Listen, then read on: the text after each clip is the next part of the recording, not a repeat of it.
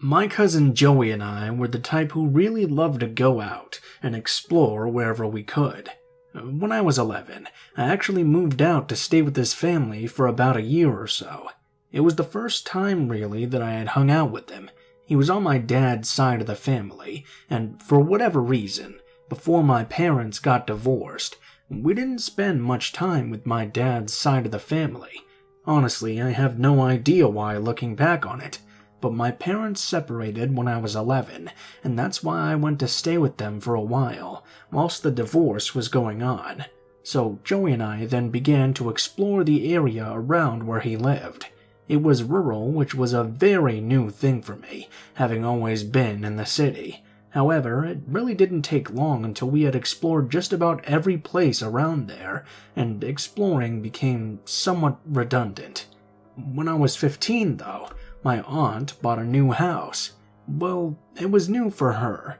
In actuality, the house was a lot older than the one she had previously lived in, but it was also in a whole new area. There were tons of hills, forests, and hollows for Joey and I to explore whenever I would come to visit. And so it was that when I was 15, on my very first day exploring this new area, I had the scariest experience of my life up to that point. Joey had promised to wait until my first visit to do any exploring, and I was positive that we would have quite a lot of area to explore. When my dad pulled the car off the road out of town, onto the gravel road, we drove on the road for nearly an hour before we came to my aunt's house. There were very few homes along the way, just a lot of hills and trees. Joey and I decided to make a full day out of our rural exploration. We brought a compass and some string to mark trees as we went along. Since we were completely new to this area, there was so much better of a chance of us getting lost. We were having a pretty good day right into the afternoon. Truly, the area was much more interesting than that which I had experienced before. I saw all different kinds of trees and animals. Hell, I actually heard and saw a woodpecker for the first time in my entire life. Unfortunately, however, he didn't have a goofy laugh, nor engage in any zany antics. But all in all, it was a pretty good time. We noticed something odd, though, in the late afternoon. We couldn't quite tell what it was until we got close to it, but when we did, both of us were surprised to see an old treehouse built into a really large trunked tree. It was weird because there were not any homes or anything else anywhere close to the area, and tree houses were mostly a thing for children. It seemed odd to see one out here in the middle of the hills and forest like that. There wasn't a ladder or anything to get up into it either. However, we were both very good tree climbers. We were able to make our way up the branches of the tree, and from there we were able to get into the door of the structure. Right away, we almost wished we hadn't. The inside of that treehouse was something out of the Texas Chainsaw Massacre meets Blair Witch Project. The floor was covered in bones, which we figured had to be animal bones due to their size. There were little weird figurines and things made out of tying bones together with feathers, things like that. There were symbols and words painted all over the inside of the house. And no, I don't mean things like pentacles. Those are not evil things. There was graffiti praising and hailing evil entities, and words in other languages. But the worst thing was something we found sitting on a small wooden stand. It was a really old journal of some sort. Most of it was unreadable, really. Who knows how long it had been sitting there? We flipped through and tried to read as much as we could. There were ghastly drawings of people being mutilated and tortured. The drawings had names and descriptions. Of course, we had no way of knowing if these were real people or not, since we didn't know how long the book had been laying there, so we didn't know when it had been written. But if it was a plan on doing these things to these people, it was a really sick thing to read. I mean, they described disembowelments, quartering, all sorts of grim and disgusting things, in quite a bit of detail. It was some pretty sick crap. We spent more time in the treehouse than we probably meant to. When we finally climbed down, it was beginning to turn into early evening. We started home immediately after that. We brought the book with us, and one of the bone figurines as well. It was sort of sickening, but we wanted to show Joey's parents what we had found. We were pretty excited about the whole thing, I won't lie to you. I bet that's somewhat obvious by us bringing the pieces back, but that doesn't mean that we weren't also a bit frightened. It would be an absolute understatement to tell you we were scared. I mean, I don't know if it's really true that killers kill animals before moving on to humans, but it was obvious that whoever owned that treehouse must have killed plenty of animals. And even if they never killed the person, they had a book outlining how they would like to do it. We got a pretty weird reaction from Joey's parents, though. They took the book and the figurine from us. They basically told us that it was okay to go exploring, but we had to be careful, mindful of other people's property, and be careful when entering old abandoned buildings. I don't know what became of the book and figurine. I wish I did, because I think showing them while this story is being told would be quite awesome. This happened a good 25 years ago, and my aunt claims to have no memory of it at all. Joey remembers, of course, but he never got a hold of the book or figurine again, so neither of us have any idea what happened to them.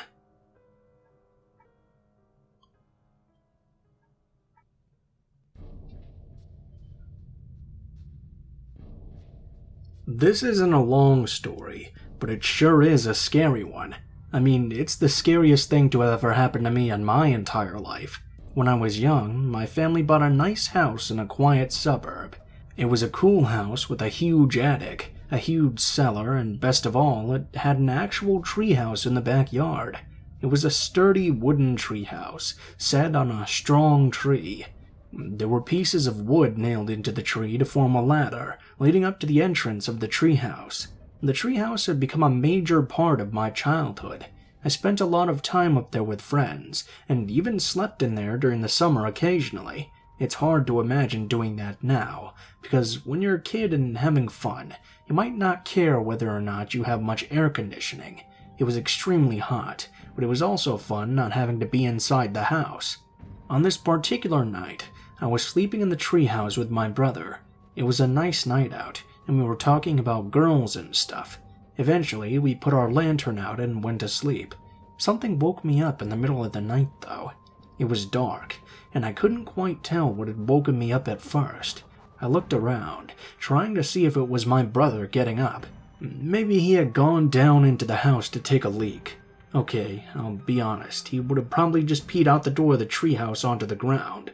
But hey, I had to give him some benefit of the doubt. But when I looked, my brother was lying next to me in a sleeping bag. As my eyes adjusted to the darkness, I realized what the noise was. Looking over at the entrance to the treehouse, I noticed a form start to rise over the door. There was someone climbing up the ladder inside. At first, I thought it might be my dad. He never came to the treehouse, but maybe he might have a reason to. As the man rose into the doorway, though, I quickly realized it was not someone I had ever seen before. I grabbed my brother and shook him. He woke up quickly enough and asked what was wrong, but when he noticed the guy, he sort of screamed. I don't know, not something you hear very often. The figure came into the treehouse. My brother quickly moved back against the wall. The things that happened next are a bit fuzzy, but I will try to tell them the best that I remember them. I came into contact with a man. I'm not sure if he came after me or if I charged after him. It's possible I had tried to knock him out of the treehouse while he was climbing up, but it didn't quite work out that way. I was grabbed by him, and next thing I knew, I was thrown out of the treehouse. I fell all the way down and landed flat on my back. I didn't get knocked out, but everything was fuzzy. All I could do was scream out for my father. I couldn't even move. I weakly yelled, and then tried yelling louder and louder. I heard a struggle inside the treehouse, and I was worried about my brother. I wanted to get up and help him, but I couldn't move. All I could do was call out, and worry about what might be happening up there. I did black out then. I was in the hospital later. 2 of my vertebrae were broken in the fall. The man who broke into the treehouse was a homeless man. He probably had thought that no one was in there, and it might be a good place to sleep. He was very much out of his mind, and was put into a psychiatric ward afterward. Fortunately, my brother was not hurt, but we suffered problems mentally after what happened. If you've never woken up in the dark and seen a dangerous person simply appear, you can't imagine the terror we felt. It It was beyond frightening. It made us think it was going to happen over and over again.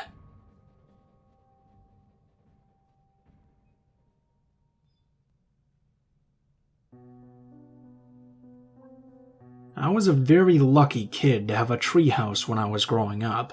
We had a tree in our backyard that was absolutely perfect for setting a treehouse in it.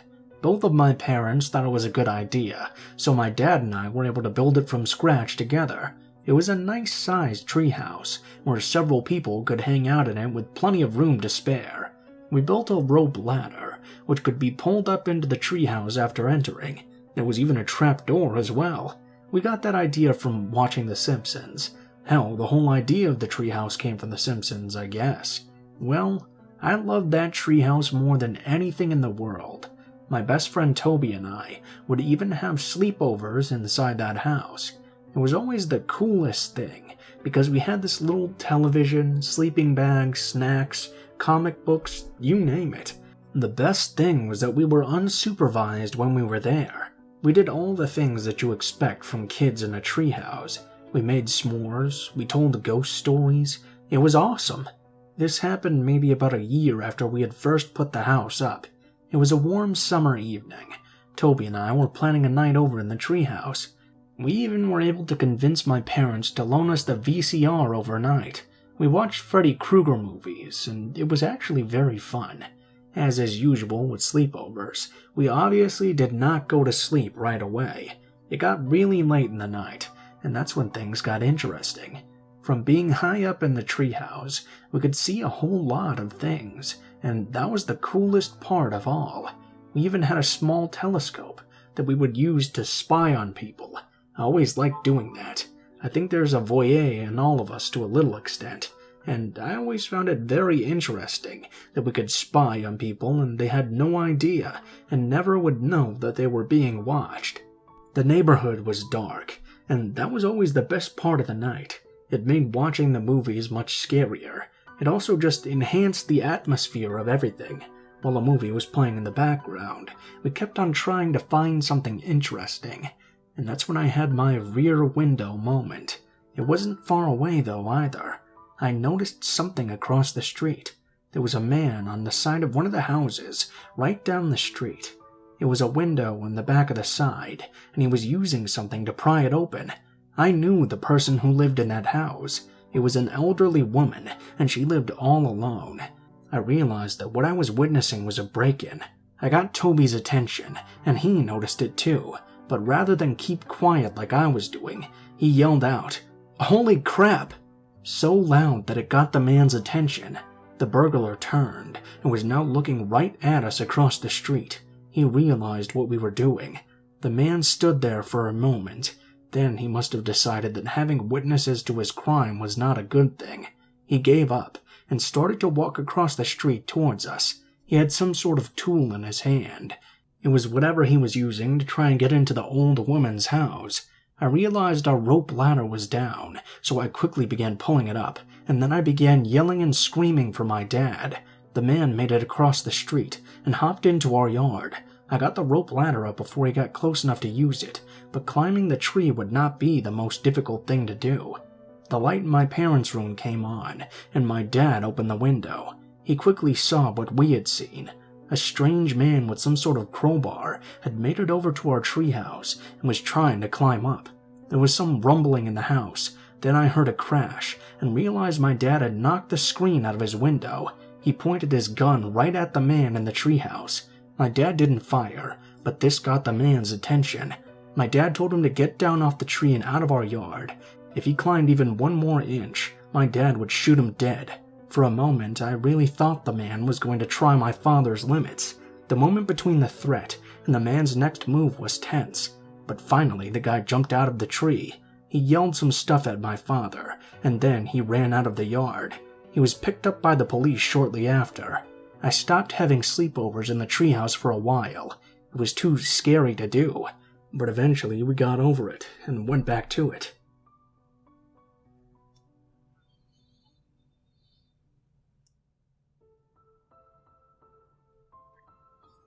What is up, guys? Blue Spooky here. Thank you guys so much for watching, especially if you made it this far to the end of the video. If you guys liked the video, please be sure to like, share, comment, and subscribe if you feel so inclined.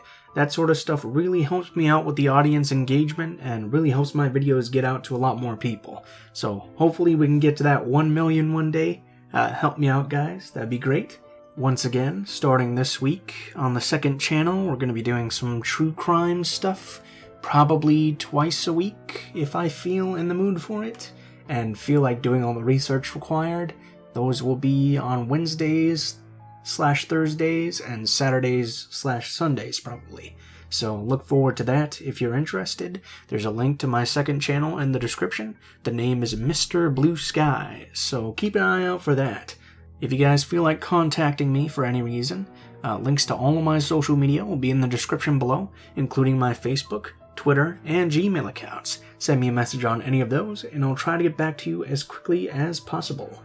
If you do decide to send in a story, please make sure that it has proper grammar, and try to include as much detail as possible so it's long enough for me to include in a video.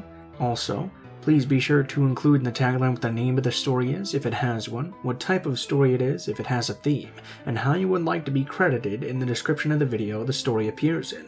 If you guys are curious about the art used in this video, links to my artist, Alan, will be in the description below. He does a lot of horror art stuff, and he's really good at it. He also does commissions, so if you guys have any projects you want to work on or something, please be sure to check him out. He can probably get you something really good. As usual, links to the music used in the video will be in the description below in the order which it appears. I think that's pretty much all for now, guys, so thank you guys so much for watching, and I hope you guys have a great day.